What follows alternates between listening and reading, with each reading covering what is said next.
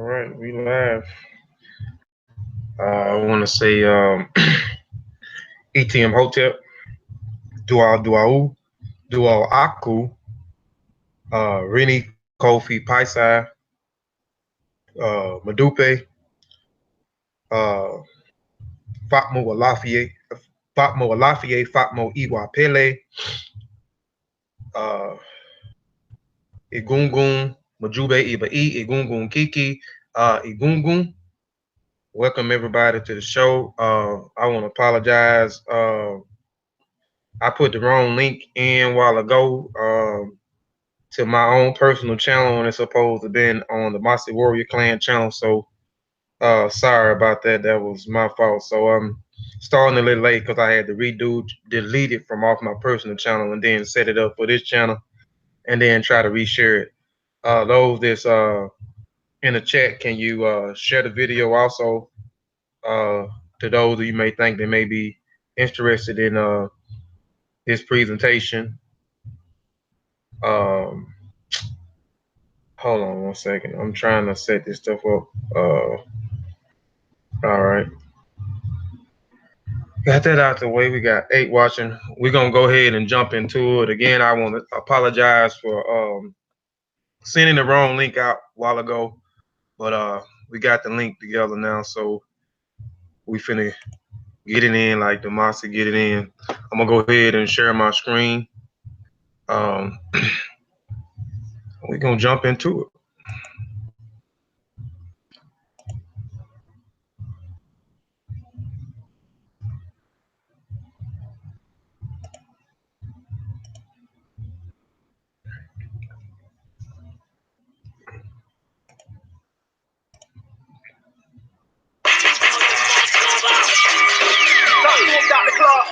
Call for the unity and the redemption of the African world. Salute them honorable Marcus. We are not ready to listen then. They might not have been ready then. There's wonder whether we are ready. Ain't no doubt about it. To listen. We ready, baby. Now. Let's go. Yeah. Flag fly high. Flag fly high. Flag fly high. Black kiss to the sky with the side to side. It's the flag fly high. Come on. Flag fly high. Flag fly high. Flag fly high. All these G's on the rise, all eyes will recognize the flag fly high. Hold it high. Let it fly. Rebel colors forever. Bobby would never die. On my 90, the throne ready. Let's take a ride. Cash, walk, base, me and dope. Choose a side. This is the path for the warriors. Some travel yet still bad glory just Black power represents us. You either rolling with Africa or against us. Flag fly high. Flag fly high. Flag fly high. Black kiss to the sky, waving side to side. It's the flag fly high. Come on. Flag fly high. Flag fly high. Flag fly high. All these G's on the rise, all eyes will recognize the flag fly high. The red is for the blood. I got the best stock. The rest got stood. The black is for the gods, melanated and elevated, holding the main charge. The green is for the cradle. Africa, everything first, the earth's stable. This excellency, put it together as a symbol of liberation. That's how we get the letters RBG. Flag fly high, flag fly high, flag fly high. Black kiss to the sky, waving side to side. It's the flag fly high. Come on. Flag fly high, flag fly high, flag fly high. All these G's on the rise, all eyes. Flag fly high, fly high, 99 time. How the draft on my design, we both ready. Hard line, ain't no game for that red flame. Triple stage for that black pain. Revolution in my veins, till we free, I won't change. Make you count on that, black Africans. Celebrate the victories and the challenges. This either the social media statuses. This lifestyle, elevation building practices. Yeah, flag fly high, flag fly high. Flag fly high. To the sky, waving side to side. It's the flag fly high. Come on. Flag fly high. Flag fly high. Flag fly high. All these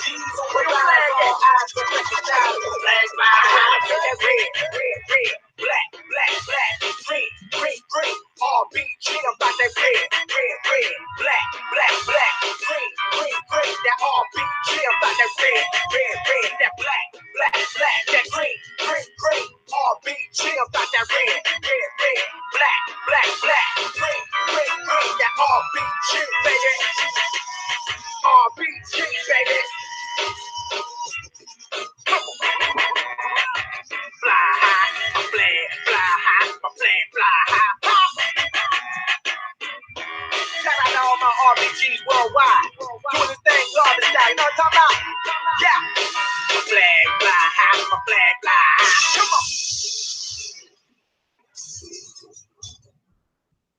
Flag fly high, my flag fly high, my flag fly high.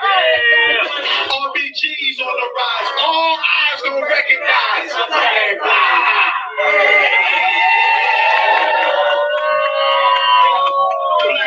Black power, black power. It's so real, though. It's so real.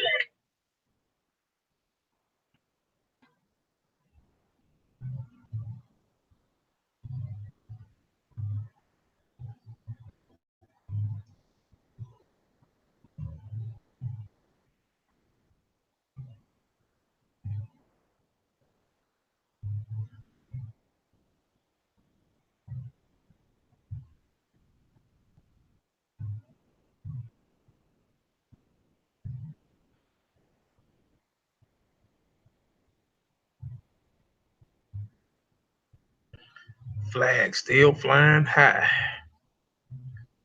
All right. Again, I just want to say Madupe, eBay, which means peace, family. I appreciate y'all for coming and tuning in. As we rock out, the name of this presentation is called African Marriage, the most important ceremony in Africa. I'm going to say that again. African marriage, the most important ceremony in Africa. We're going to get into why I say it's the most important ceremony in Africa. All right. Everybody knows that before we get started, you know, this is our phrase, let's go to war. So we always have to get ourselves amped up because we are at war with our history. We are at war with our tradition. We are at war with our culture.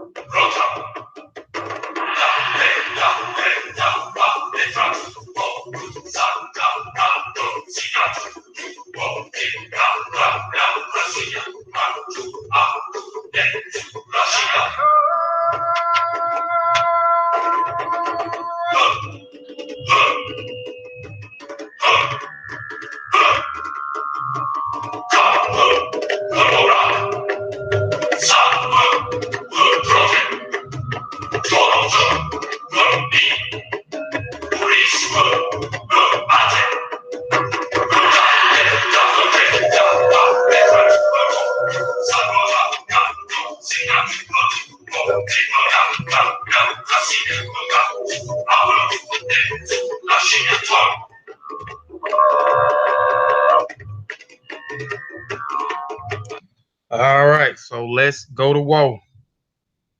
All right, before I get started, I always have to put a disclaimer out there before I get started. Disclaimer, I am not a teacher, but merely a student sharing information.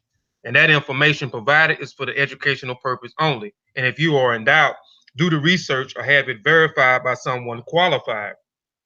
I reserve the right to change the focus of this presentation to shut down, sell, and exchange the terms of use at my own discretion. All trademark, design rights, copyrights, residuals, names, mottos, logos, avatars, insignias, and marks used or cited by this website are the property of their respective owners. I reserve the right to add information as it comes available and or adapt, change, improve information as it comes available in the future. Inputs wanted, changes, additions, deletions are encouraged. All right, this is my saying, my motto that I live by. As I learn, we all learn. I believe is that anything that we obtain, any type of information that we obtain, anything that we learn, we should be able to pass that down to our families, to our communities, to our societies, and so forth. I think this is the only way that we'll be able to grow if we continue to share with each other and we can continue to grow as a collective. So as I learn, we all learn. All right, first, before I jump into the presentation, I want to show this quick little video on African marriage. A lot of people speaking over there about African marriage, and then I'll jump dead smack into the presentation. So just bear with me and rock out with.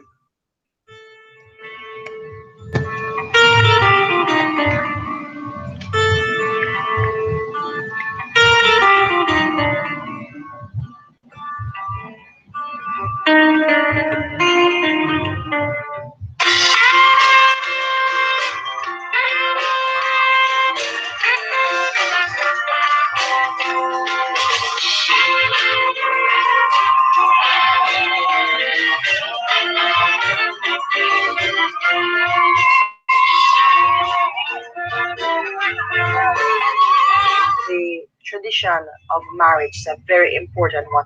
Marriage is a union of man and woman. It is your helpmate. It is your partner, hopefully for life. Now, marriage is something sacred. Marriage is something that we know has been decided upon by our ancestors. Even before we were born, our partners were chosen. So what we are doing, like today, what we're doing, we're just fulfilling what has been planned already. It's God made. It is not man's invention. God has created Adam and Eve, man and a woman, in the very beginning. And where Africa is concerned, it's an institution. It's an institution that also allows you to trace your lineage. In Ethiopia, for instance, when you're filling out a paper, they don't ask you surname or last name. They say, what is your father's name? And what is your grandfather's name? The institution of marriage allows this kind of continuity. When we live and when we get married to the family of that person also. So that makes us unique in handling work as an independent woman and in handling family affairs at home. And it is the very bond that keeps you liable to the community. If you are doing something wrong to the partner that you are staying with, the community, you are accountable to the community. Those of us in the West, this is something that has been ripped from our very vocabulary, from our very being. We have gone into this baby mother, baby father society that does not allow us to reap the benefits of marriage. We recognize the centrality and primacy of life and being able to create new life, because that was how we maintained our presence and how we were able to evolve and sustain the building of not only community but also civilization. Family is critical.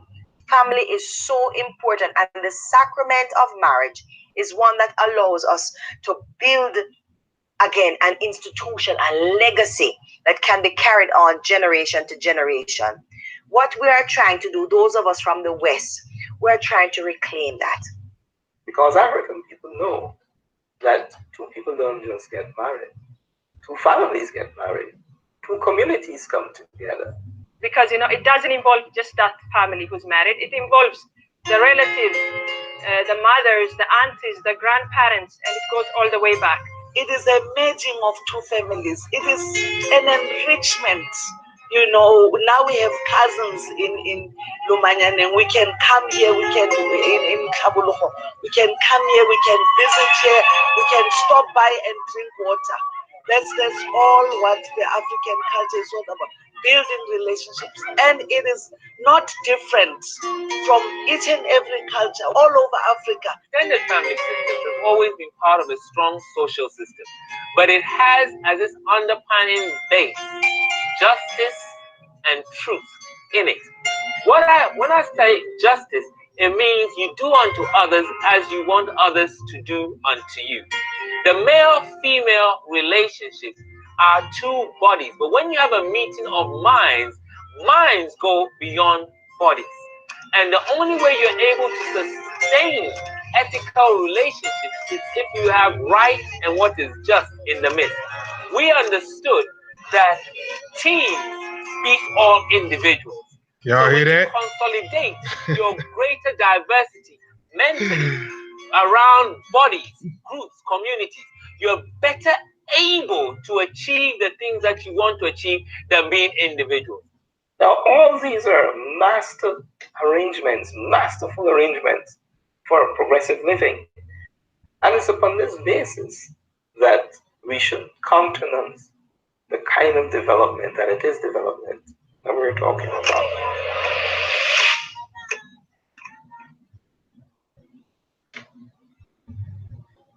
So I just wanted to share that video real quick. He kind of talked about African marriages and so forth, and you heard one of the guys talk about Adam and Eve. You had to understand that we've been colonized. You know, we have adopted the colonizers' way of life, perspective, religion, and some of those ethnic groups in Africa has merged their indigenous system with the oppressor uh, religion.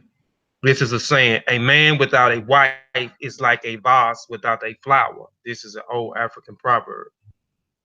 All right, now I have to take y'all back.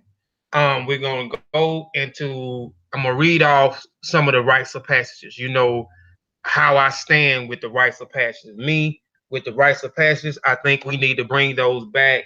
We need to develop those and bring them back, or bring them over here where we can start to pass down the rites of passage program. And each we need this in each. I mean each hood near you. We need these rites of passages. So I'm gonna go through a couple of the rites of passage. I'm going to only go through 3 or 4 of the rites of passage because 2 of the rites of passages are actually connected with the marriage rites of passage. And for those that want more information about the rites of passage, you can go to my channel, Kofi Paisai TV, and I have the rites of passage presentation where I go through all of the rites of passages and break them down and so forth.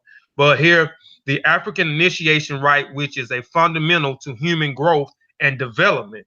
These rites, the birth, the adulthood, circumcision, marriage, eldership, ancestor slash death, we originally established by our African ancestors while they were living in order to link the individuals to the community, which the rites of passions are nothing but the different stages in life.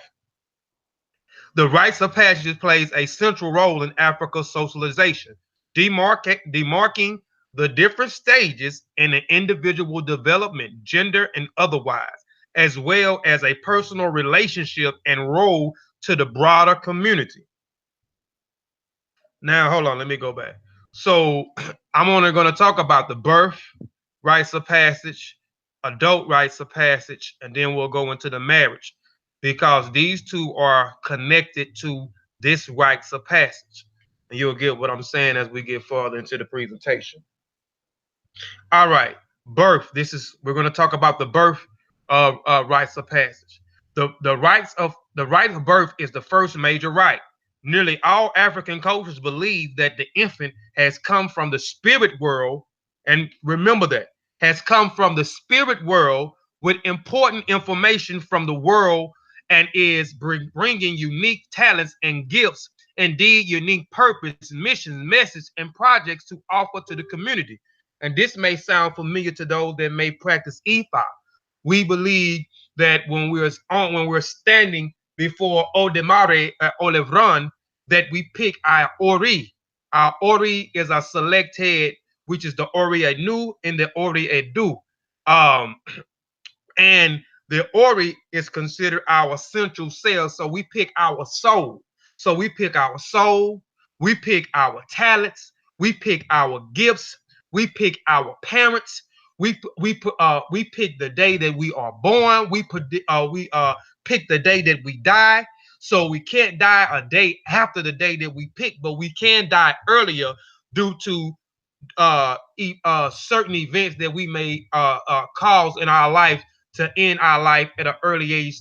I mean, at an early stage than what we pick our life to end. We pick our trauma.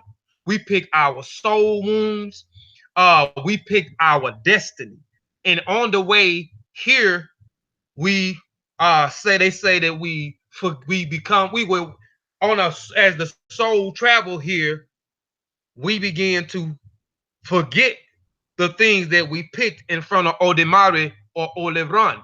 So once we get here, we have to figure out how to establish what our destiny is, because everybody on earth, or the Ikole Aya, has a purpose. Everyone has a purpose that they have to fulfill. They have a destiny. So we pick our talents, our gifts, our life mission, our parents, our person, our message, our projects, and so forth, uh, in the Oran, which is the heavens.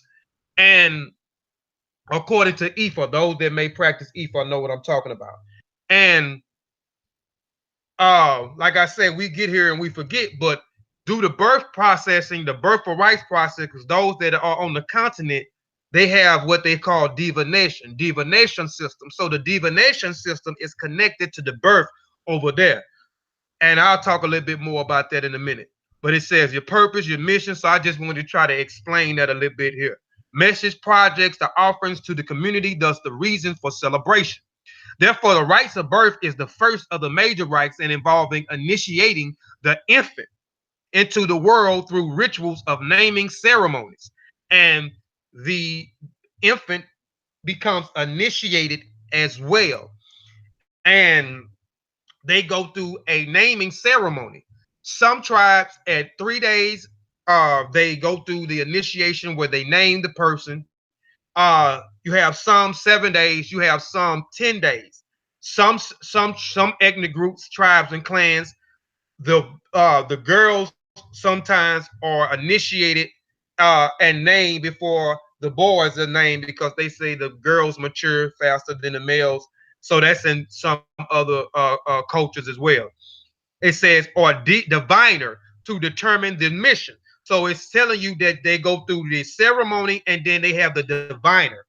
The diviner does the divination system. So he does the divination system and he gives the infant the mission. Remember, I said once we're in those that may practice Ifa like I do, um, understand that when we pick our destiny, we pick our essential selves, we pick our parents, we pick our gifts, our talents, our life mission, our purpose, our death, and so forth. And on the way that our central self, or I Ori, or I Ashe, travels here, it begins to forget what it picks when it was in the Oran. So now the diviner, he determines the infant mission, and they name the child after the mission or the purpose of the infant. That's why a lot of our brothers on the continent, their name means something. And and a lot of their name is tied to their purpose in life, their mission in life, what they come here to do. So every time that that infant hears his name, he knows exactly what he is supposed to do, what his purpose is, or what her purpose is. This can be accomplished through rituals, birth charts, etc. It is important to clearly determine the new community members' missions in order to successfully guide him or her along their path. Naming an infant is seen as an important part of birthing. Right. It is a belief that names have a spiritual vibration which affects a person as an infant into the adult life and beyond. In the Namba, the Himba people never leave the newborn child on his own or even put her down for fear that he may be stolen by some malicious spirit. So the birthright is connected to the marriage right. And I'm just giving you the birthright. I'm going to give you the adult right, which is connected to the marriage right. You have to go through these two rights before you get to the marriage rights, and these two rights are connected to the marriage right. Now, the Bajagon people celebrate birth of the female as an special monumentals. Every woman, for her ability to become a mother, is afforded the highest respect and prestige. So, in the Bajagon people, who is a matriarchic society, who is in Guyana Basson. And for those that want to know about the Bajagon people, you can go to Kofi Paisa TV. I talk about this whole matriarchic system that's in Guyana Basson on those archipelagos, or islands, those 88 islands that's on off the Guanabasson. But they held their women in the highest of esteem. Why do they held them women in the highest esteem and prestige? They are also they are the every woman for her ability to become a mother, and a mother is connected to the marriage right, which we're going to get into. So I have to connect these two so you can understand the marriage right. A woman for ability to become a mother is afforded by the highest respect and prestige. They are also the intermediary between the living and the spirits. In Africa, marriage is a procreation, are intertwined and inseparable. It is almost always presumed that readiness for marriage is ready for procreation.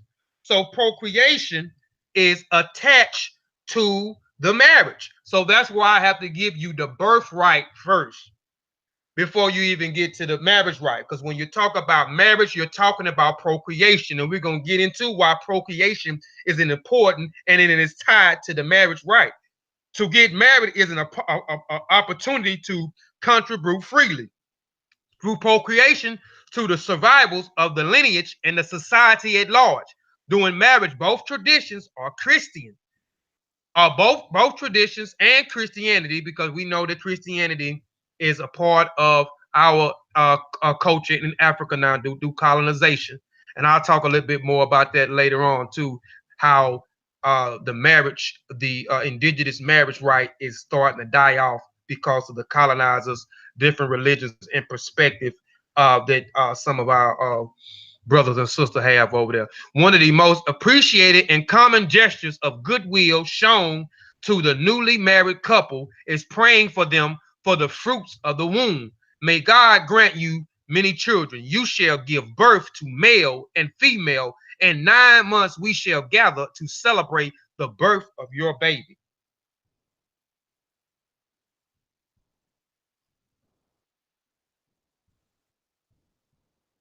Do women propose marriage in African? Yes, brother Garfield. Yes, I showed a slide here, and I'm on the Bajagon people.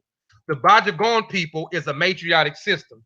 So, and even in other cultures, the woman, which I'm gonna show, the woman picks most of the time. The woman picks and chooses her husband. Some of the traditions, the woman asks the man in offering a marriage, and I got a slide on here dealing with the Bajagon people on how they offer a man's hands in marriage, and we'll get into that in a little bit. But yes, the woman can also uh, propose. Woman can also can propose to a man. The rights of an adult is a second major initiation right, and it is nowadays the most popular among the set of rights. Most people today assume rites of passage only refers to initiation into the adulthood, and they are often now aware that the adult rights are only one set of rights within a larger system of rights. Adult rights are usually done at the onset puberty age around 12 and 13 years of age in many cultures, and they are ensured of shaping productive, community-oriented, responsible adults. There is nothing automatically about youth being productive members of society, nor there is anything particular difficulty about transitioning from a child to an adult. Children are taught the necessary skills for adults, including, among other things, problem solving, rules and taboos of the society, social responsibilities, what is considered appropriate behavior for women. Listen, what is considered appropriate behavior for women and men can receive further clarifications of his own purpose and life mission. Oftentimes, successful completion of the rites adults are publicly celebrated with the coming of the ceremony and the reintroduction to the society. So, doing these adult rites of passage, where you become from a child to an adult, you go through different ceremonies, you go through different initiation systems, and those has been following my presentations. You're probably following what I'm saying. Those are said, those females and those males are separated from society. And as they are separated from society, they go through certain initiatory systems, and they are educated in problem solving. They are educated in rules. They are educated in politics, social skills, different types of responsibilities. They are being, the women and the men are being taught how to be great men and how to be great women, and also they are being taught how to be great husbands as well as great wives. And they are being taught that a man is supposed to be with a man is supposed to be with a woman, and a woman is supposed to be with a man. Because again, the marriage rights includes procreation. It includes birth. So I'm trying to establish both of these rights before I get into the marriage ceremony, so you can kind of understand and walk with me. Marriage. The right of marriage presents not only a joining of two families and even communities, it is also represents the joining of the two missions of the new couples. This means that the additions of the performing marriage rights for the coming together of male and female to procreate. So there go the word procreate again. That's what marriage is all about. It is about procreating. It is about bringing forth life and joining families and communities together. Because when you marry someone, you also are marrying their family as well. Perpetuate life and joining families is also an institution to help husbands and wives to fulfill their missions. And also, the husband helps the wife fulfill her mission, and the wife helps the husband fulfill his mission. Because again, in all African cultures, we believe in reincarnation. We believe that if we don't get it right, we'll come back till we get it right. We believe that we are here from the spiritual world, the Egungun, to fulfill a mission. As I explained, for those that may practice Ifa, we understand that we select or we select our purpose, our life mission, our gifts, our talents, our major traumas, our soul wounds, our parents, the day we are born, the day that we will die, and so forth. To help husbands and wives fulfill their missions and the objective of life, ensuring that they are working together toward the same end. A very high value is placed on marriage in African society. It says a very high value is placed on marriage in African society. So I understand we have people that may not be particularly fond of marriage because the African way of the marriage right is different than the European or the Western standard of marriage, because we believe that you get married because you are in love. And in the African societies, it is not solely based off of love in order for you to get married, because people fall in love and then they fall out of love. So that is not the premise for the African marriage society.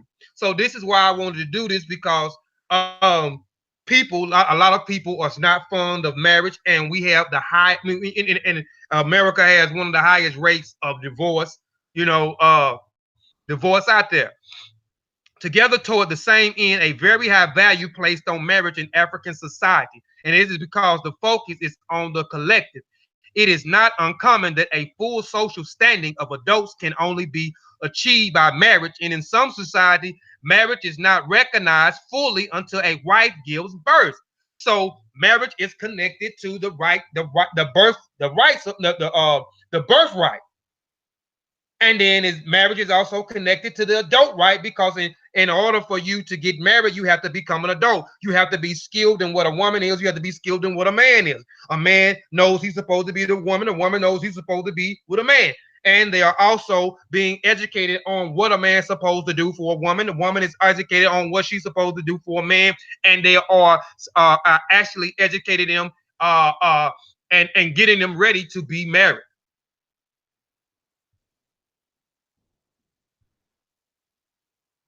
I'm gonna have to stay out this chat because I don't want to keep this thing too long. How does a tribe or elders or tribes know for sure the purpose or mission for the child so that they can name it? Divination. Every African system deals with divination. You have a Babaluau who does the divination. I don't have time to go through the divination of what the diviner is. He is the one that does the divination system that gives you your purpose, that's tied to your name, or give you your destiny. And for more information about that, because I don't want to keep the video too long, just go to Kofi TV and go to Europe, the introduction of Europe report. Just look it out on part 1, part 2, and part 3, or you can go to part 3 and I break down divination. I break down the divination trade. I break down the tapper and so forth. But I'm gonna keep it moving. But the answer your question, the diviner. Many Zulu virgins converge on the Iyuku Zulu royal place in September on a yearly basis to celebrate the Ikusu Wuhala Reed Dance Festival. In Africa wedding, the Reed Dance is definitely an activity that promotes chastity among virgin girls and respect for the woman. So these girls are being taught at an early age as they transition from puberty into adulthood, into the adult right. They are being educated to continue to keep themselves a virgin, to save themselves for marriage. So you will see back in the day that there was no which was frowned on, and it was shameful if a woman and a man had a child out of wedlock. So these rites of passages kept the societies in line. These were different demarcation stages of life. That's why I say it is important that we must bring these rites of passages back to our neighborhoods, to our communities, to our societies, so we won't have a lot of the confusion running around. Virgins respect women. The festival is perhaps annual festivals on the calendar of Zulu Nation. During the reed show up, virgins fetch the reeds from the river and bring these to a place for your royal king, King Goodwill Zawetith, in the order to respect. During the reed show up, the virgins fetch the reeds from the river and bring these palaces for your royal king. I already did that twice. The ceremony helped you to preserve the customs involving keeping girls as virgin rights up until they get married. And this is part of the adult right, or the initiatory system that some of the girls go through, particularly the Zulus. The Zulu girls, they go through where they go and fetch these reeds up, and they're taught to keep themselves a virgin until they are married. All right. Girls will many times go to school where women teach them what is involved in marriage. So even after the adult rites of passages, they go through school. You can see here in South Africa, these women are in school and they are being taught about marriage. They are being taught how to be a wife, and the boys so forth. They go to school, so they are being educated on how marriage works. How building a nation work, how building a community work, how two communities coming together, how procreation is how to procreate once you get married. You go through this holy union. And some ethnic groups even learn secret codes and languages so that they can communicate with other married women. In the Wolof people, there is even a time where an elder of the village gather the brides and give advice and gifts. Wedding can be very elaborate, involving feasting and dancing for days within the community.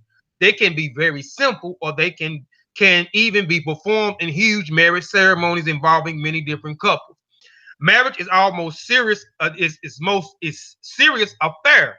Young men and women are thoroughly prepared for marriage life, as I've been stated. Young men and women are taught about responsibilities of married life and educated about sex and procreation. This is why I keep saying that we need to bring back these rites of passages. In all the community, the bride plays a very special role and is treated with respect because she is a link between the unborn and the ancestors. A bride might eventually bear a very powerful child. Women are mothers of civilization. Women are mothers of civilization. Women are mothers of civilization, which earns them a high status in society. Thus, protecting women and children is a biological human instinct. And now we have adopted the European philosophy where we began to treat our women like the European treat their woman. But we held our women at the highest esteem. We didn't believe in most of these biblical texts that God is above man and man is above woman. We don't, we didn't, we didn't rock like that. Most of the African traditions of society that we are equal. One is no better than the other one. Unfortunately, a vast number of African marriages in Western culture fails due to short sightings and absence of mutual goals being based on falling in love. And again, as I said, African traditions doesn't really it's not founded on just falling in love, because people fall in love and then they fall out of love. Lack of focus on building a family or a end of results from the right. It's not built on, because once we get married, we're taught that it's all about us. When we go through those Christian ceremonies, or we go through those Islamic ceremonies, or we go through those Judaic ceremonies, wedding ceremonies, or wedding rituals, we're taught that no one intercedes between this holy union. So we can't assume our families into our affairs once we get married. It's about me and her. But in African culture, in societies and clans, it's about nation building. It's about family. It's about you not only marrying the person, but you are marrying into their family. So it's about building and establishing relationships, friendship, building a nation, procreation. Thereby entering relationships in an unbalanced state. When a marriage rite is performed in an African society, it does not emphasize looks or lust as a primary motivation for marriage, which is what we all do. Man, she a dime. I need me a dime. I'm gonna marry her because she look good. But a nation building and community. In traditional African society, marriage is a rite which is celebrated, respected, and held at the highest esteem. Marriage in African culture, from north to south, east to west, is hands down one of the most significant rites of passages. It is the most celebrated ceremony in all African cultures. African weddings are a spiritual and social family affair, and it involves the combining of two lives, two families, and even two communities. There is no great civilization. There is no great civilization that has ever existed that abstained from marriage as one of its core fundamentals of nation building. And I know today we have babies without wedlock. We're not purely educated on what sex is. We're not purely understanding that you have to save yourself to get married. We don't understand that we're marrying into a whole family, and you start to procreate once you have this holy union. Why African brides choose their husbands? I mean, ways African brides choose their husband. Sorry about that. And look at these pretty African women down here. I tried to select from different what's the name, but these some pretty women. Among the Wudabi people of Nigeria, Cameroon, Central Africa, Republic, and Chad, Nigeria, women select their preferring husband and lovers. They select their own husbands. The tribe is popular for the traditional 7-day festival known as Yeki, where men decorate themselves and dance in hoops and attract the attention of the potential mate. The Wudadibi, if I'm saying it right, women are allowed to marry more than one husband. So you can see here that they can marry. You don't see the man marrying a lot of women. I mean, we see a lot of the men marrying a lot of the women that practice polygamy, but here you see the women are allowed to marry more than one man.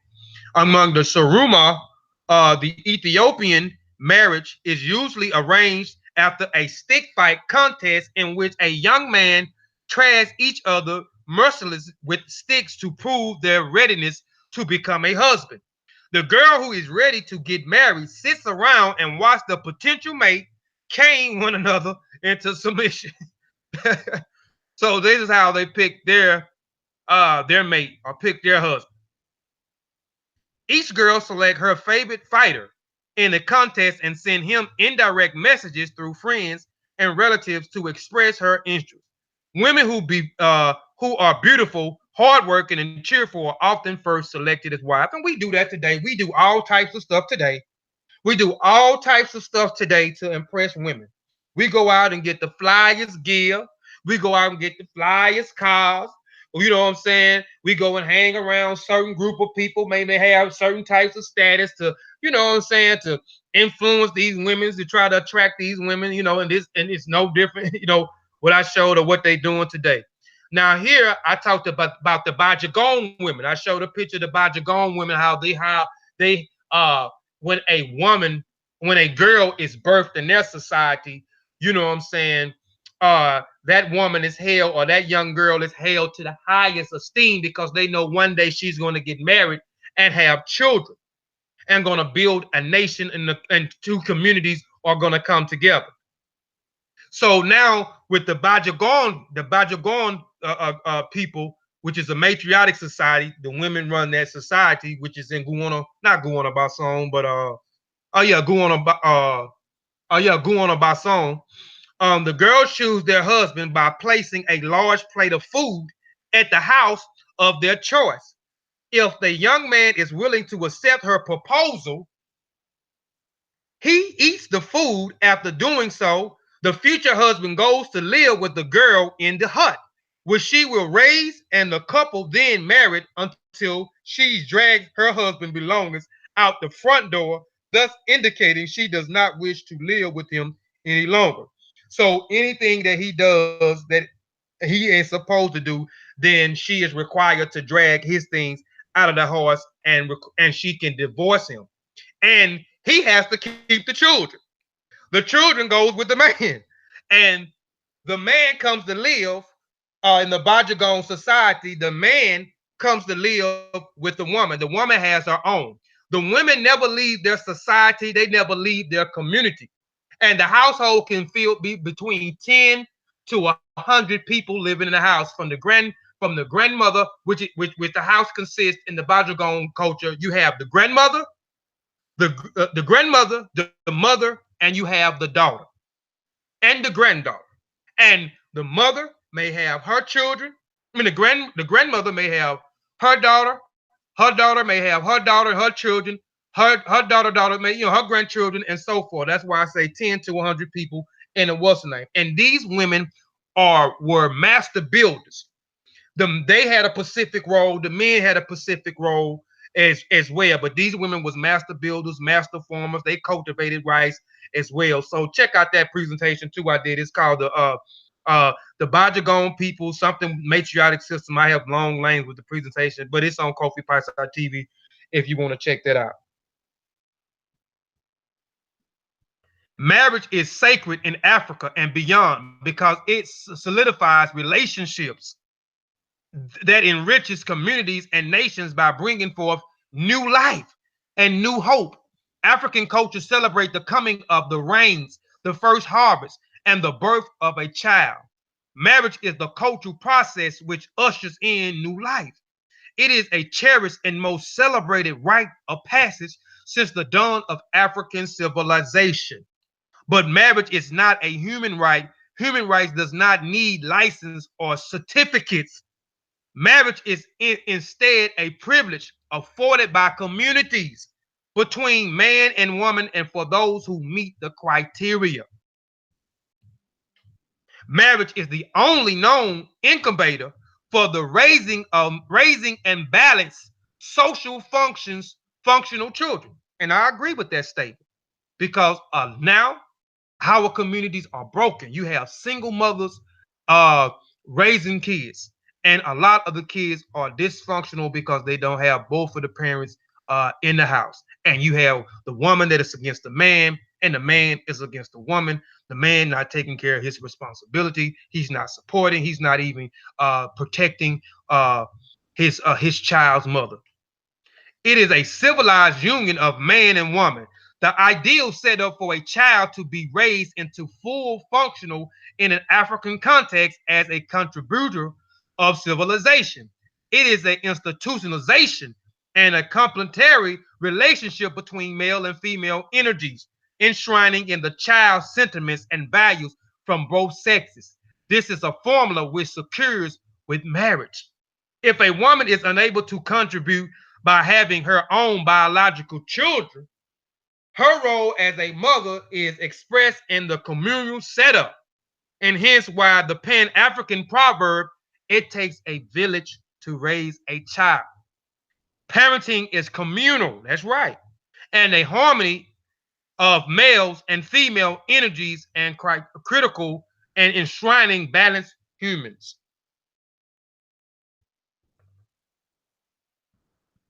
All across Africa, traditional culture weddings are dying out with the influx of normalization of so-called white Western weddings. This is why we don't like weddings anymore, because we have been so westernized and we don't understand uh, the rights of marriage, or what the marriage actually consists of in our own culture. The union of man and woman is celebrated of a natural continuance of life. Marriage is the only known incubator for the raising and balance of social function children. However, it is a community that the bride plays a very special role and is treated with respect, because she is the link, there it goes again, between the unborn and the ancestors. She is the only one to bring forth life. She is the only one to bring back the ancestors, because we are our ancestors. Igungun kiki igungun. Majube igungun majube ibai. A bride might eventually bear a very powerful child. In some areas of East Africa, the groom family would even move to the bride's village and set up a whole new house there. African weddings, traditions, and ceremonies. This jumping the broom. This tradition most likely originated. Listen, and I did this. My first marriage, I did this. I jumped the broom.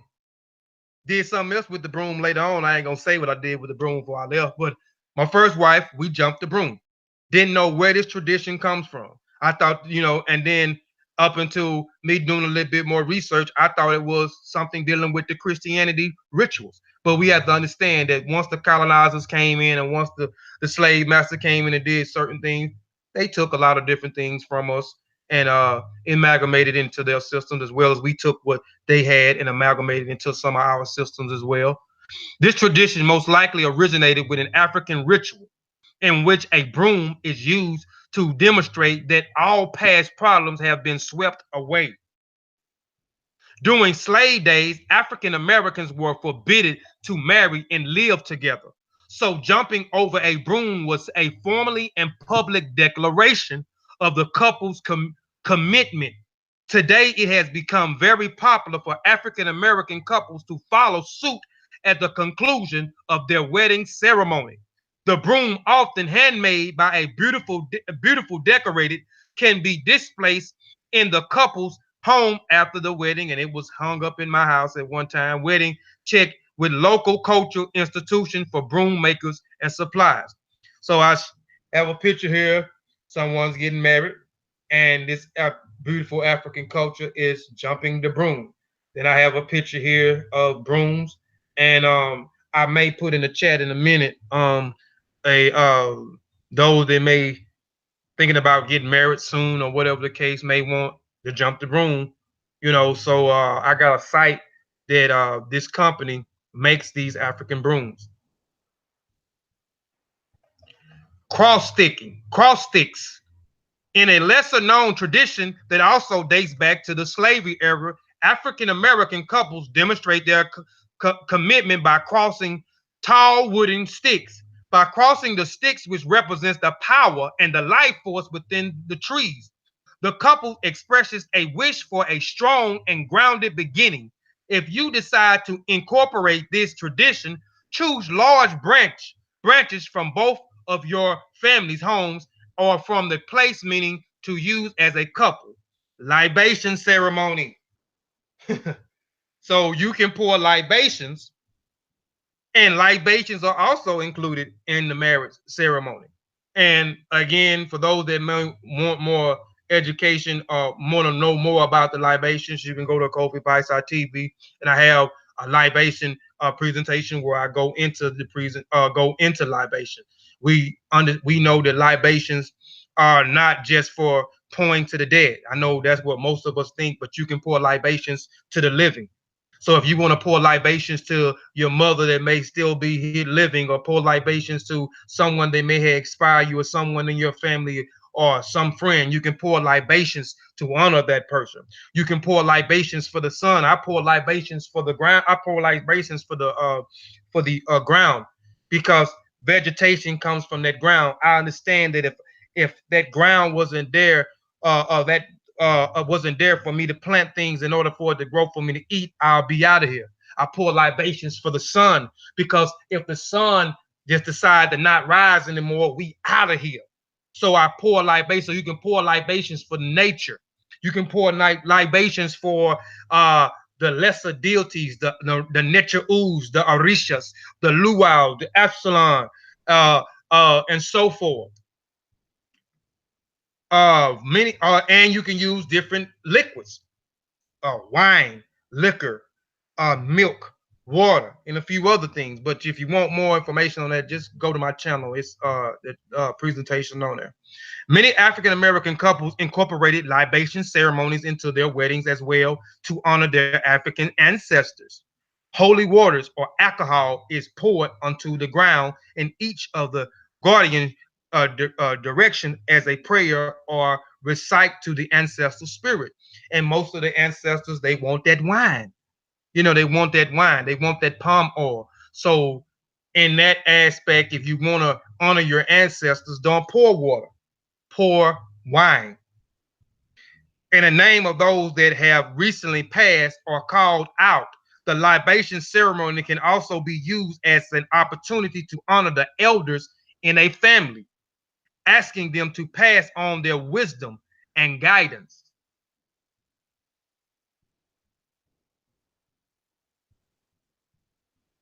Tying the knot.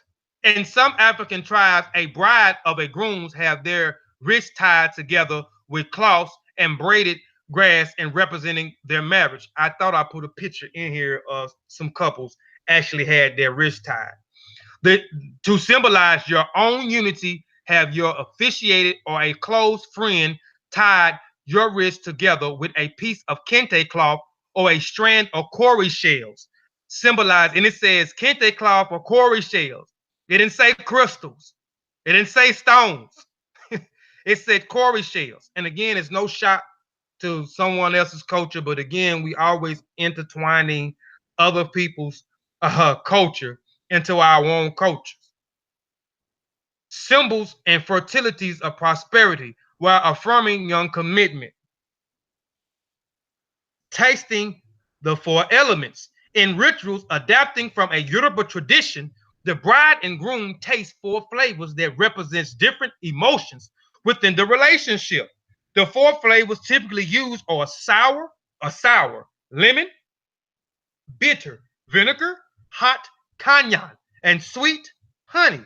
By tasting each of the flavors, the couple symbolically demonstrate that they will be able to get through the hard times in life and at the end enjoy the sweetness of marriage. Feeding the families. Marriage is also joining two families. It ain't you and that person joining. You are joining two families. You are marrying into two families. And you are marrying into a community, two communities. As much as it is about joining two people. I know the reverend, the preacher told you don't let your family interfere into your marriage. I know that. I know that's what they told me twice.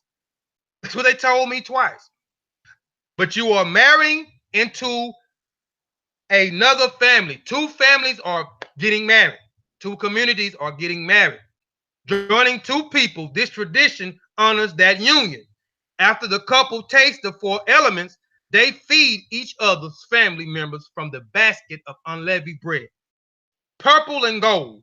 Purple and gold symbolize royalty in many African cultures, and there are popular wedding colors. We recommend going heavy on gold and saving the purple for an ancient color.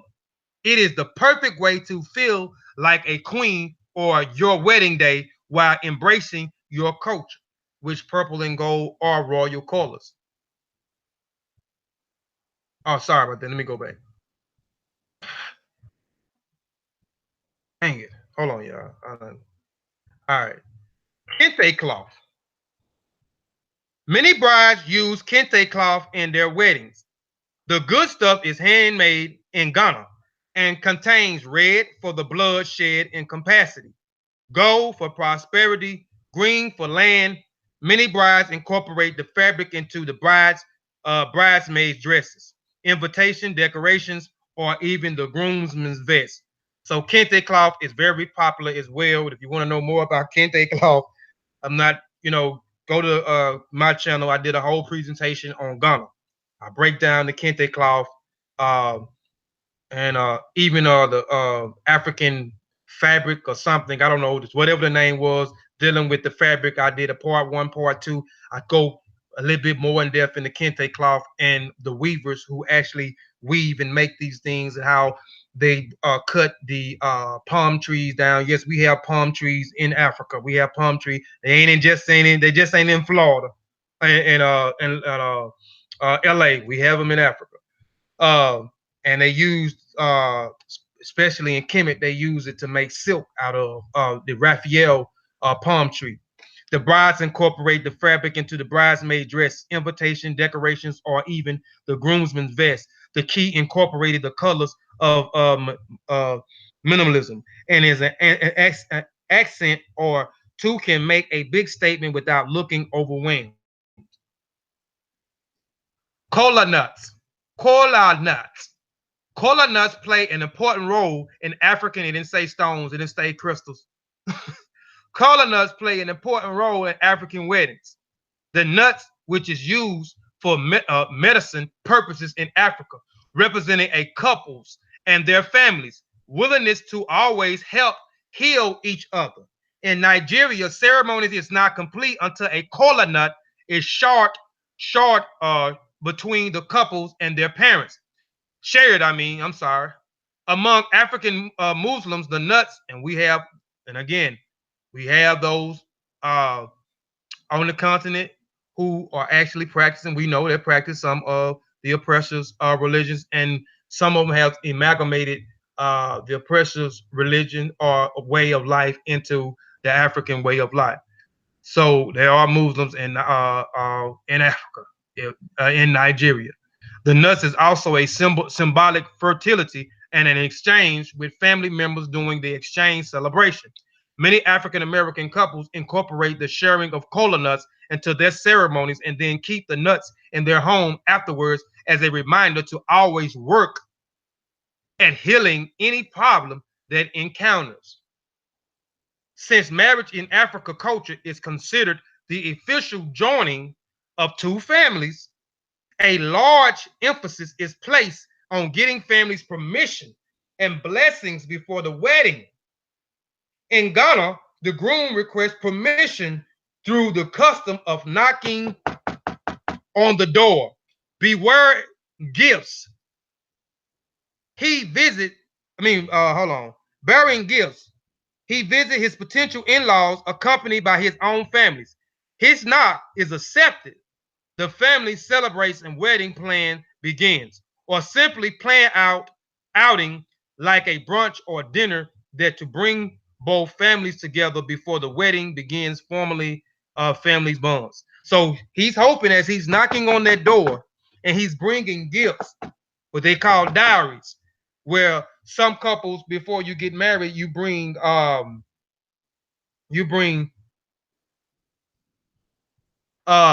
they bring they bring property or they bring money or they bring some type of gift. And as they knock on the door, specifically in Ghana, if the Pamela's don't answer the door, you know, they may not be rejecting you, but they may be investigating you to make sure that you meet the criteria before you marry their daughter. The gili is a traditional headpiece from a Yoruba tradition where many African American wedding tradition originated. And when done right, these headpieces are beautiful. They have more flares than the traditional veils and make their bride look positively regal when she walks down the aisle. And I see this a lot over here, the gililis as well in the continent. And I'm gonna show you the galilis. We're gonna show this quick little video. It's an old one too.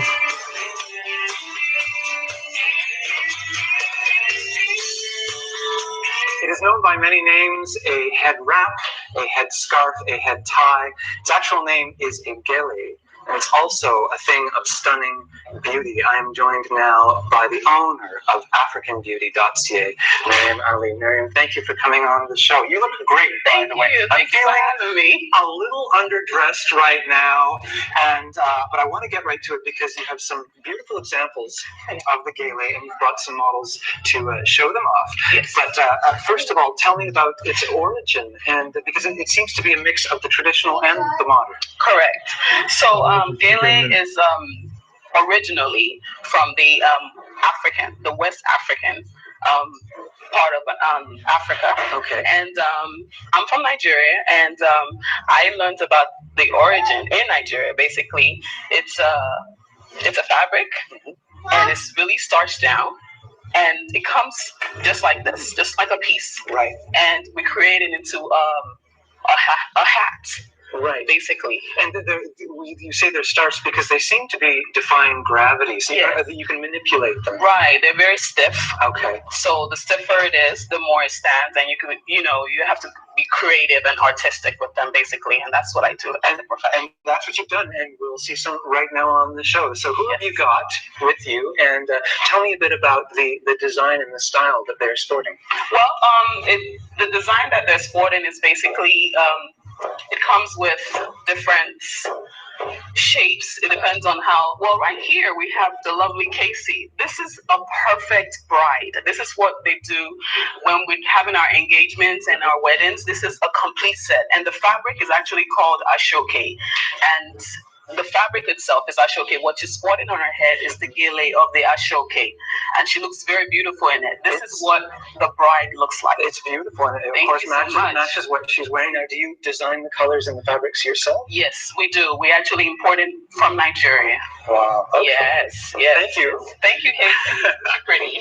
Yes, that's my bride. That's your bride. Okay. We have a bridesmaid coming out. This looks a little racier than a bride's. Yeah. just a hint, I think it's the red color. You think? Yes. We have Nike here. She's sporting the red ashoke, which you can sport with any color. You can, as long as they go together. And basically, the ashoke fabric, that's the gele on her head. Right. And I basically designed that. I created that on her head. And she's sporting it very well. And you've got some brocading. You've got some piping. So you can add a little bit of spark to it, and that's what I did. Okay. If we're not going to a wedding, where are we going? We're going to a birthday party, or we're going to like any function, basically. Great. Yeah. Great. Thank you very much. Very colorful. Now I want to make sure that we have time at the end of the segment because you're going to do a demo. Is Yes. that right? Yes, so let's take a look at one more. Oh, this is great.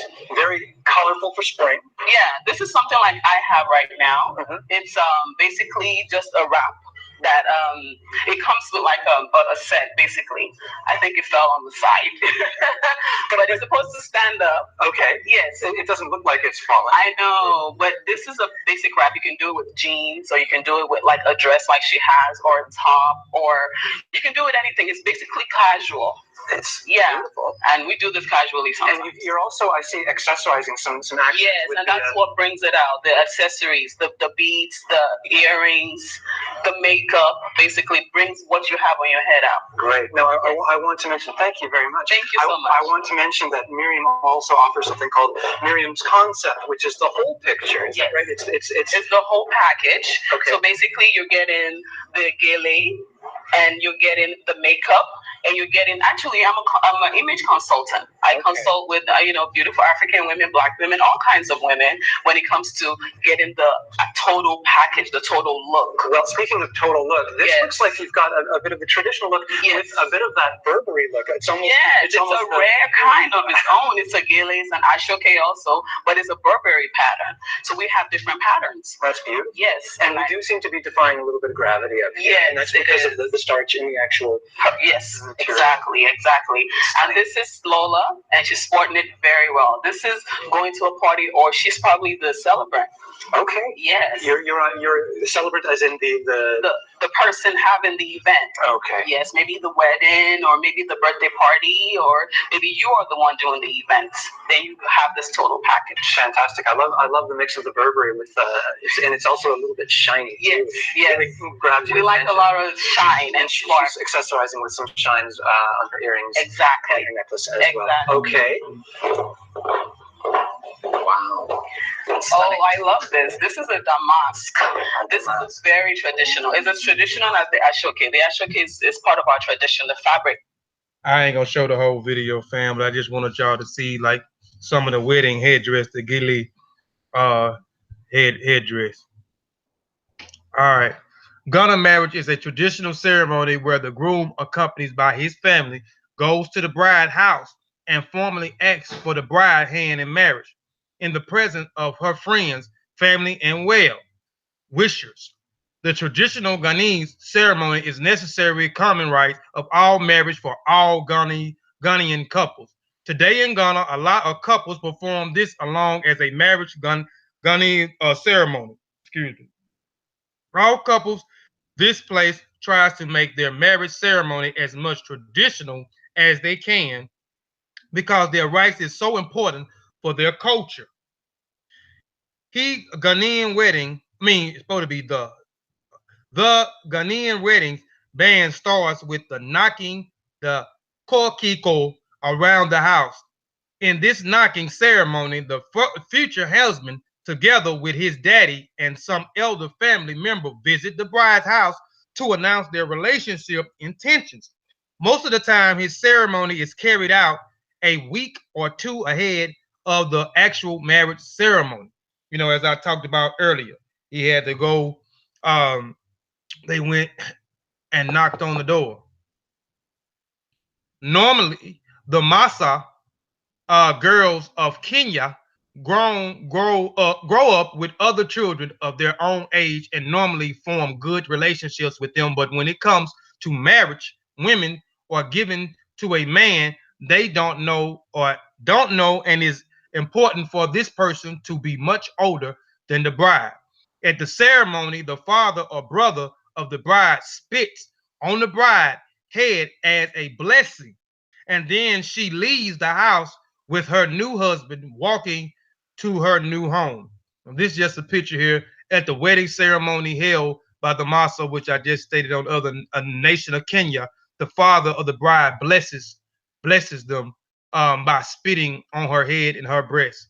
This she leaves with her husband. So this is some type of blessing ceremony that the father does by spitting. And don't ask me why he's doing it or what's the significance behind spitting on her head and breast. I don't know. The Himba people of Nabia have a special and unique way to take a bride to their house. They first kidnap a bride before the ceremony, and then they dress her in a leather marriage headdress, which you can see here, this leather headdress that she's in, decorated with beautiful African jewelry. After the marriage ceremony, she is brought into her father's house, where the family tells her what are the responsibilities as a wife, and in the end, they anoint her with butterfat from cows. This process of wedding shows that she has been accepted into the family. In Nigeria, which located in West Africa, a husband never calls his new wife in her name. Only the women's own children and relatives are allowed to use her name, and this name is only for unmarried girls. If other people want to learn a married woman's name, they have to ask her husband to tell the name that her first family gave to her and use that. Dancing and singing are two of the most important fragments in the weddings in the country, and they are always combined with different big feasts. The new bride is kept in a special hut where have to wait till her new husband is left inside before the husband has to give tobacco and chicken to the guests. And when all have got those kind of products, he goes to the bride huts, and since then the moment the marriage is announced. In the first day of the marriage, they killed a goat for the bride. This is in Nigeria, a bride, and the blood of the goat is poured over the hut. So they do ebos, which is sacrifice. After this bride, women comes and asks her daughter if she pleased with her husband. Then the dance starts again, and the drums call make visitors come, and they give the bride anything at all to see her experience, and another penny attended for kawud and rub the woman's body. In Nigeria, marriages is seen as a bond between blood relations, and are also considered a very crucial. Today, traditional African American weddings are dying and are also becoming more like an actual Western style church wedding. This has essentially become the norm in Nigeria. Currently, even though the people are born and raised in Nigeria, they may be still likely to get Western style white wedding in an expensive or a correct African wedding. The reason behind this can be Eurocentric missionaries, and we know this. We know this if you've been following the Masa, we talk about this all the time. We talk about how these guys come in and they bring the missionaries in. They set up schools. You know what I'm saying? They educate those who they colonize in the schools. We know this. The missionaries in Nigeria churches who influence the Africans and the church groups. Some people in Nigeria still live with old traditions and are perform the traditional ceremonies for their weddings.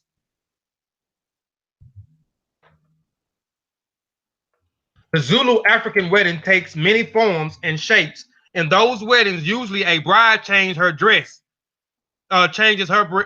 more than 3 times on her wedding day because she has to show off to her in-laws how beautiful she is, different in the different dresses and different colors.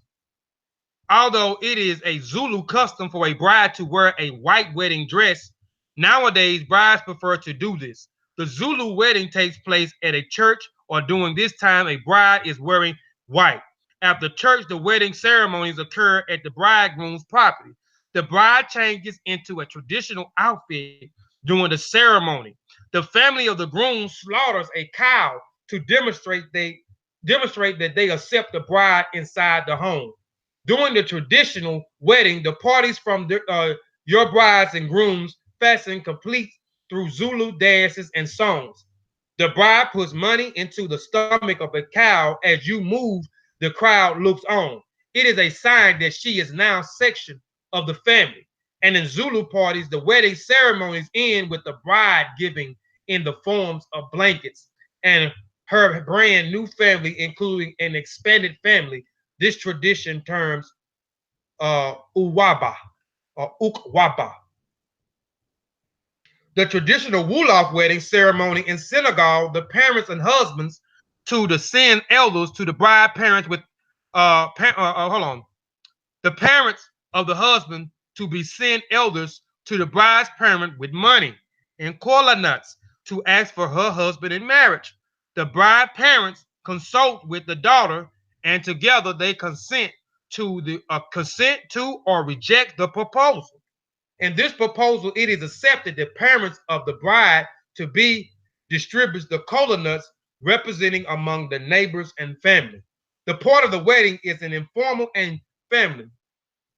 Corey shells and cola nuts is very important in our society. We did so much with the cola nuts and with the Corey shells.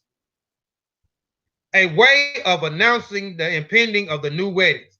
In more tradition practice, the groom is being to be family paid by the girl's bride price as money. This synagogue tradition may be modernized, and dowry is usually paid in money, cars, and perhaps houses. And they're saying that as either the woman in certain society or the man in certain societies, as they come to ask uh, the for the woman's hand in marriage, or the woman asks for the man hand in marriage, they come with gifts that with dowry of. They come with property. They come with money. They come with anything. You know what I'm saying? Offering to the family. You know what I'm saying? So they can't come empty-handed when they're asking permission to marry their child. After a completion of the new groom's obligation, the two families set bringing being married day. Before the big day, the groom family provides party to, party to welcome their daughter-in-laws in order to prepare her to be leaving to be living with her new family. All right. Again, family, marriage in African culture from north to south, east to west is hands down one of the most significant rites of passage.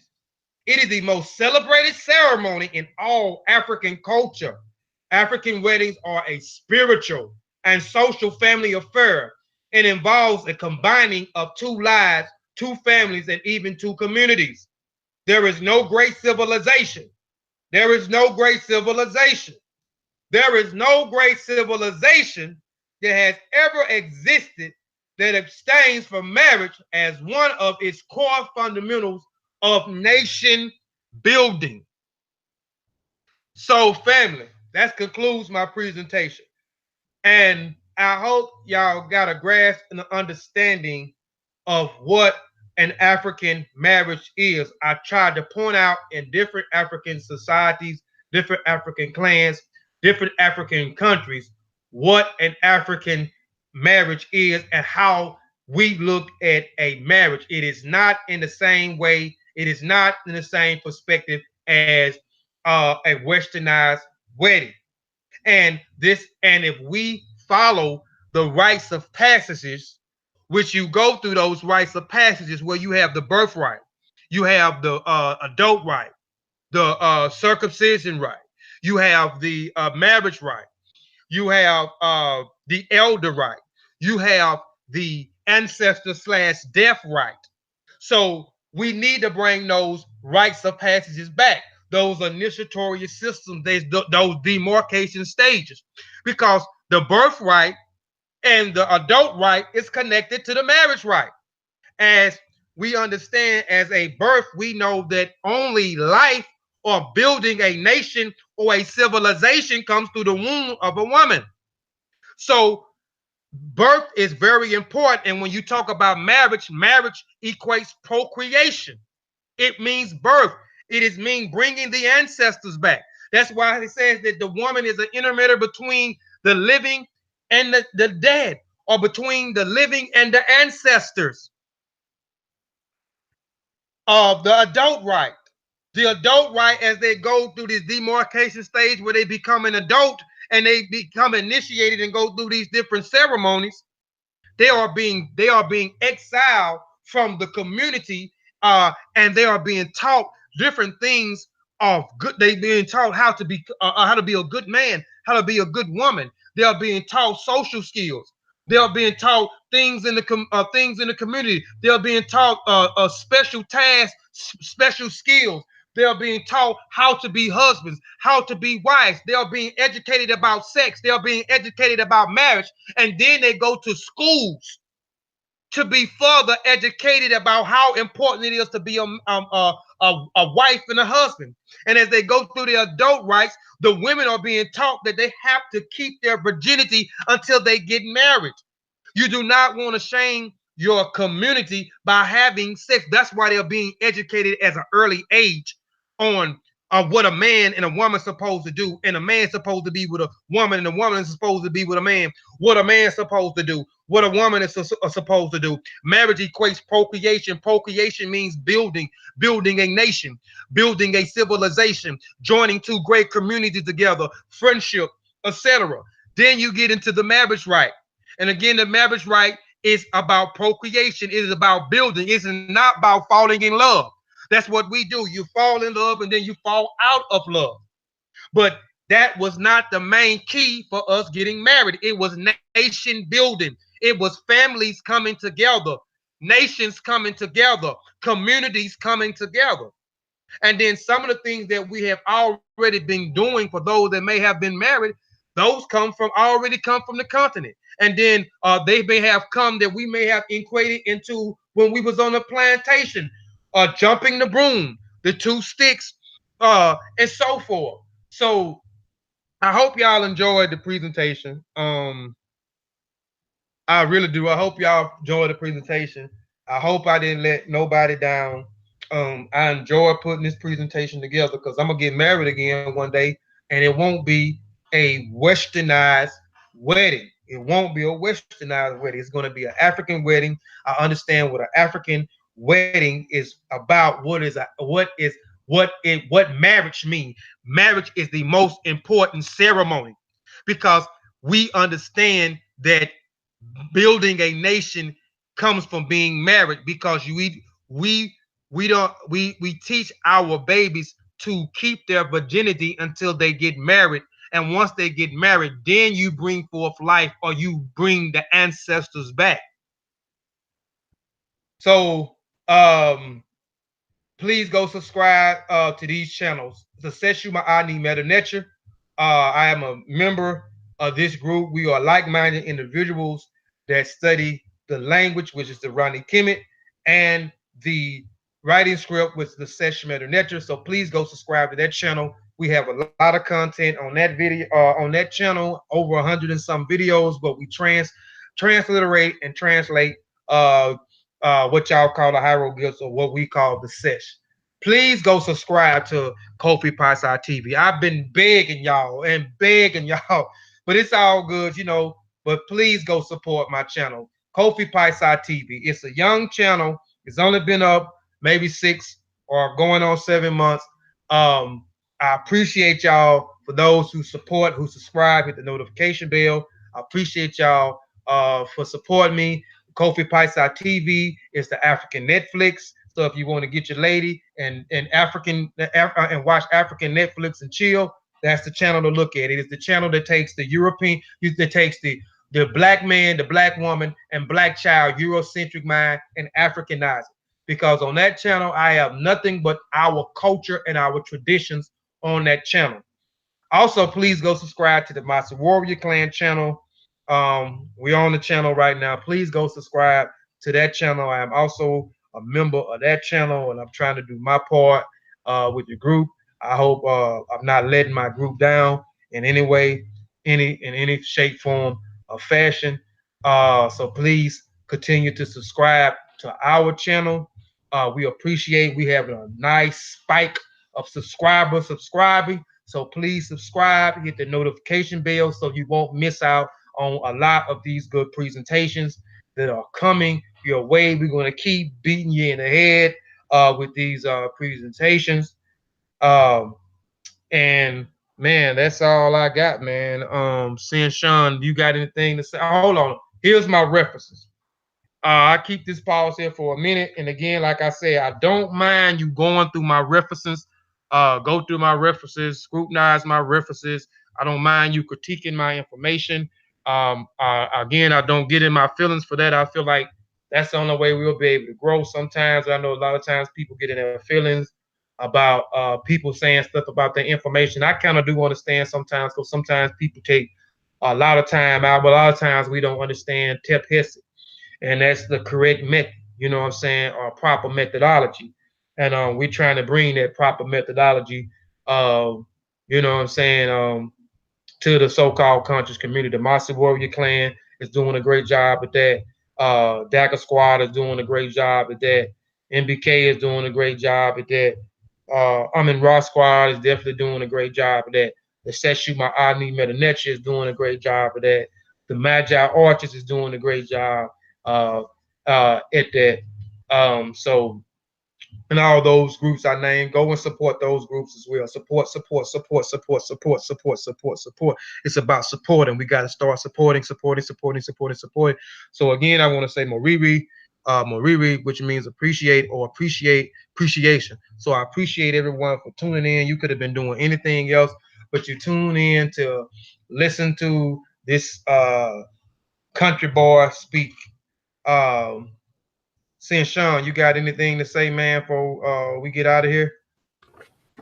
Yeah, Yeah, I got something to say, I man. got some things. All right. But you echoing. Oh, hold on. Let me.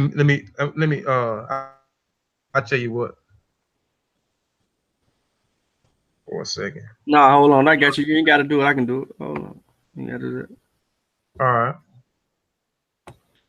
Okay, so I'd like to thank everybody for tuning in and showing love to the channel, and for everyone that actually support the work that we've been putting out continuously.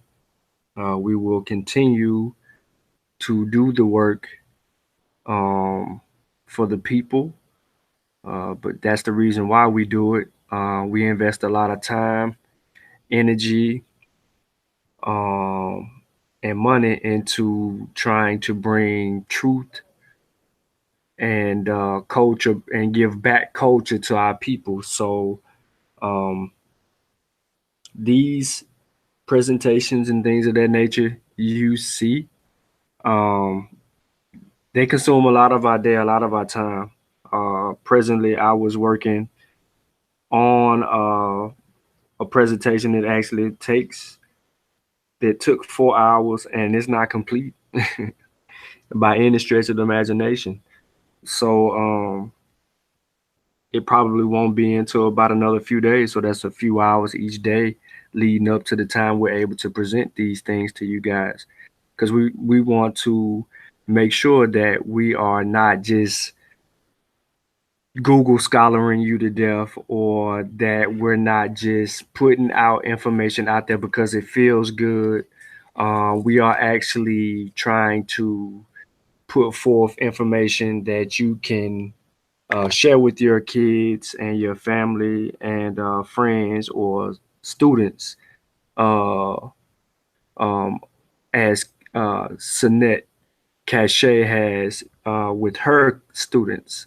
She has been sharing a lot of the content that she agrees with, or she likes, or that she finds resourceful to help educate the youth. And we appreciate her for sharing that information with her classrooms. And and we're going to continue to help educate the babies because that's what we do it for. That is our why. And Kofi, I think you did an excellent job today. Sorry to speak so long, but I appreciate what you did, the time it took to put forth this together. You could have been doing anything. Like I said, I see Bryce uh, roaming around, so you could be doing something differently than what you're doing right now as well. So you kind of dedicated some time to make things possible for us, and for you, that I appreciate the presentation. I look at marriage from a different perspective. There was some insightful information that we all can learn from, and um, you planted that seed, so now we just need to water it. And man, that's really all I got, man. Spills are flying, pseudos are crying. Yeah, man. Yeah, again, I just appreciate everybody. My son, he been begging me, man, for him. He wanted to say something to everybody in the chat. Got your chance now. You got your five. Go on and say what you want. Peace and family. So he wanted to say peace to the family. He been begging me to say something for the last couple of presentations. I told him I was gonna let him say something this time. But again, I want to just say Marie, we appreciate everybody, man, and just stay tuned, man. We're gonna keep coming and keep coming and keep coming. Seeing Sean, he's up next with his presentation, and after him, I come. After him, I don't. I'm gonna be doing something on. It's called the Seminoles. This Black Seminoles Scout. So I'll be doing something which is gonna be like a part three to the who is the Gala and the Gola people and the Black Seminoles who escaped West Africa rice plantations. So now I'm going into the event that happened after these Black Seminoles went into Oklahoma, Texas, Mexico, and then went back into Texas to fight some of these other Indians with the U.S. Cavalry and so forth. So again, Modupe, and we out of here. Let me share my screen one more time. See y'all on the uh what they say the flip side. Hold on. Let me go back. I got so much.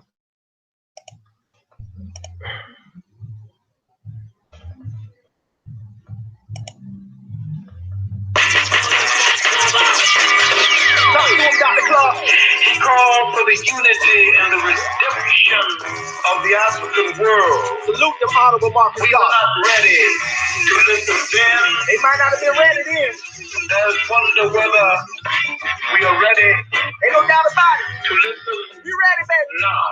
Let's go. Yeah.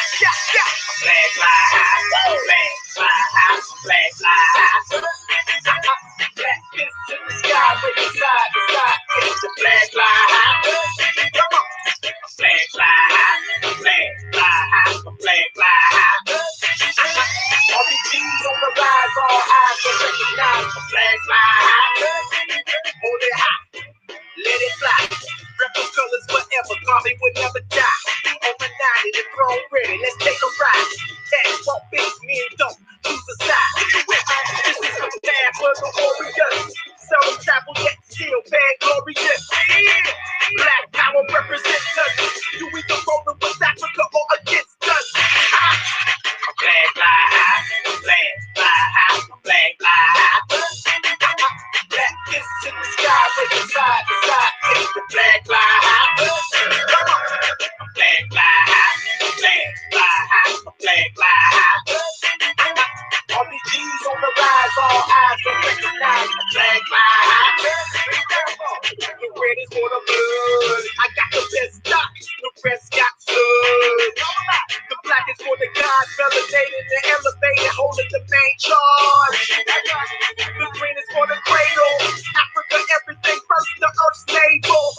This excellency, put it together as a symbol of liberation. That's how we get the letters RBG. Flag fly high, flag fly high, flag fly high. Black fists in the sky, waving side to side. It's the flag fly high. Come on. Flag fly high, flag fly high, flag fly high. All these G's on the rise, all eyes will recognize the flag fly high. This fly mine since 99. People army them no time. How to draft on my design, we both ready. Hard line, ain't no game for that red flame. Triple stage for that black bang. Revolution in my veins, and we free, I won't change. Then you can count on that like an advocate. Celebrate the victories and the challenges.